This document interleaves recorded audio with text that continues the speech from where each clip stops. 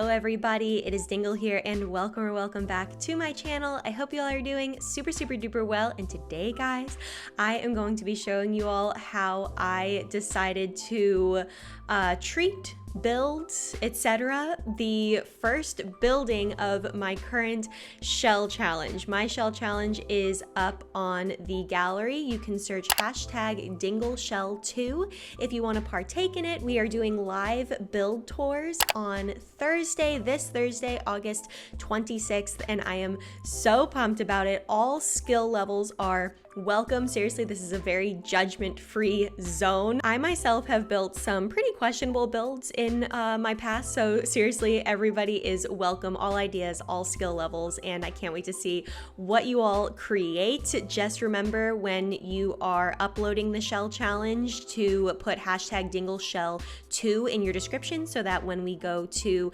search them live on stream to take a tour, I can find them all in one place. So without further ado, let's get into it. So this shell challenge is our very second ever shell challenge. We did one last year and that was so much fun, and I dipped my toes into the world of shell challenges and I freaking loved it so much.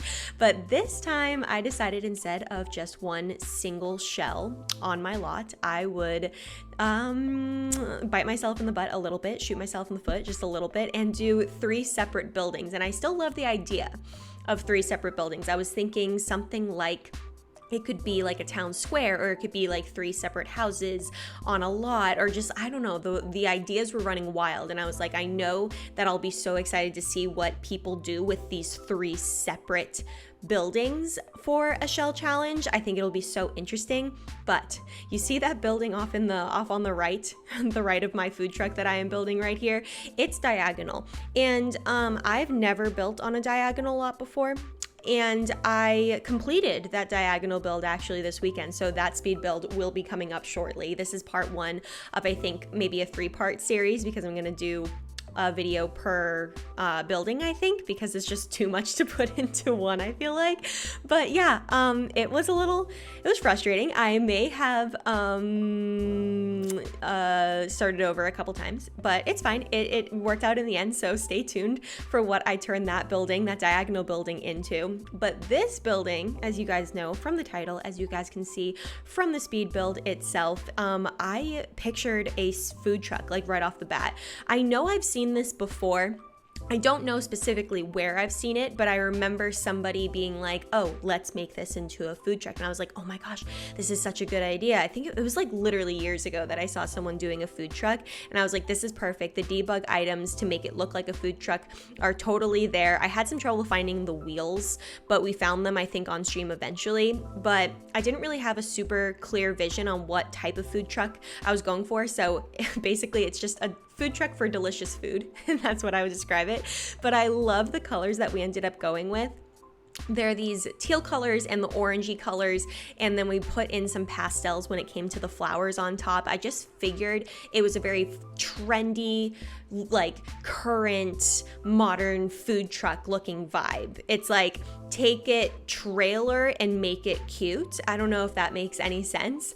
It kind of reminds me of like Austin food trucks. Like, there's a lot of food trucks in Austin, and they're all super trendy. They all use kind of the same fonts, and they know exactly the audience that they're catering to. Some of them are burgers, and some of them are vegan food trucks, and some of them are smoothie food trucks, and they just have these bright colors. They are not afraid to play with colors, and I thought, you know what, why the heck not? Colors are back in real life, and we might as well play with them. And then I thought, by choosing the colors that I did, as far as the oranges and still the woods and maybe some pastels and pinks, it will go with what I was thinking for the diagonal build. I'm pumped to show you that diagonal build again. If you have any guesses on maybe what I'm gonna turn the other buildings into, leave them in the comments below. I would love to hear your guesses, or if you have any ideas of what you would turn the diagonal build into.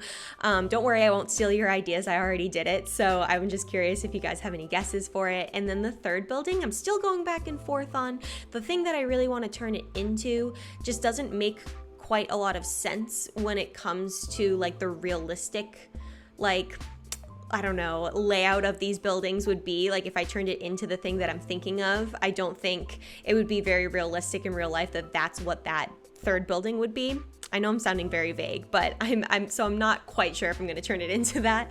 But I'm pumped about it. I haven't started that one, so I'm excited to start that and get the juices flowing on that.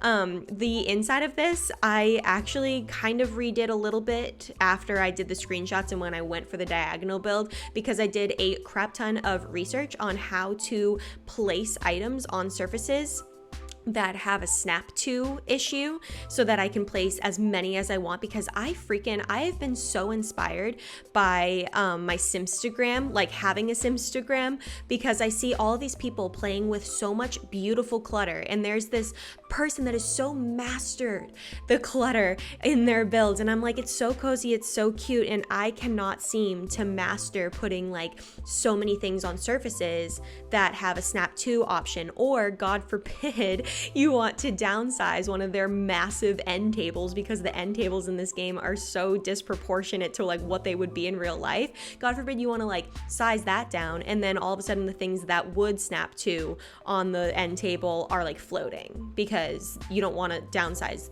those items, but you do want to downsize the table, if that makes sense. So I did a crap ton of research.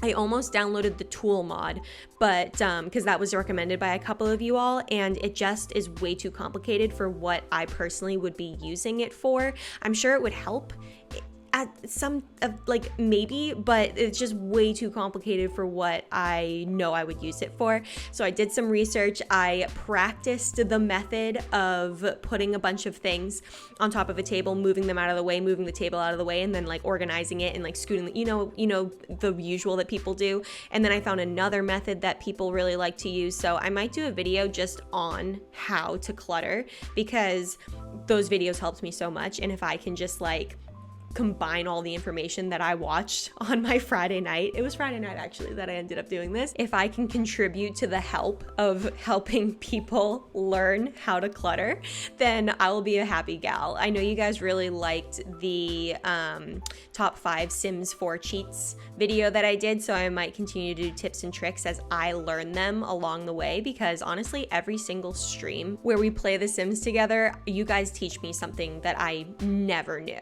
Literally, even doing this bridge here, I like, instead of going into debug and searching for bridges through just like the huge catalog of debug, I learned this bridge trick, I think from a random video that I was watching, and then a lot of you guys didn't actually know how to do that either, so we were able to learn from each other. And then there are so many things that I learned from you guys, so I would gladly do another tips and tricks starting with clutter. I feel like clutter is just such a thing that people want to accomplish, and sometimes it's just a little overwhelming with what tools and stuff to use out there to make clutter easier. So I'm thinking about that. If you guys want to see that video, leave it in the comments below. But otherwise, I'm so pumped about how this turned out. Oh my gosh, the cash register. That's the only item. That's the only item that I've come across that even with Alt and even with BB Move Objects on, and even with the tips and tricks that I learned in the videos, that cash register needs to be put on a specific selling counter. There's something that you cannot override, or someone, like, no one's figured out how to override it. So we just ended up layering in the counter it needs to fit on, like within the food truck thing. So we ended up getting over it, getting over that hump. But otherwise, guys, thank you all so much for watching. If you enjoyed this video and if you enjoyed this build, don't forget to hit the subscribe button, because we upload videos like these and other lifestyle types of videos here every single Monday, Wednesday, and Sunday. Everyone, don't forget to give this video a big old thumbs up. Follow me on my socials, all linked down below, and I will catch you in the next one, my friends. Happy Sunday. Have a good one. Bye.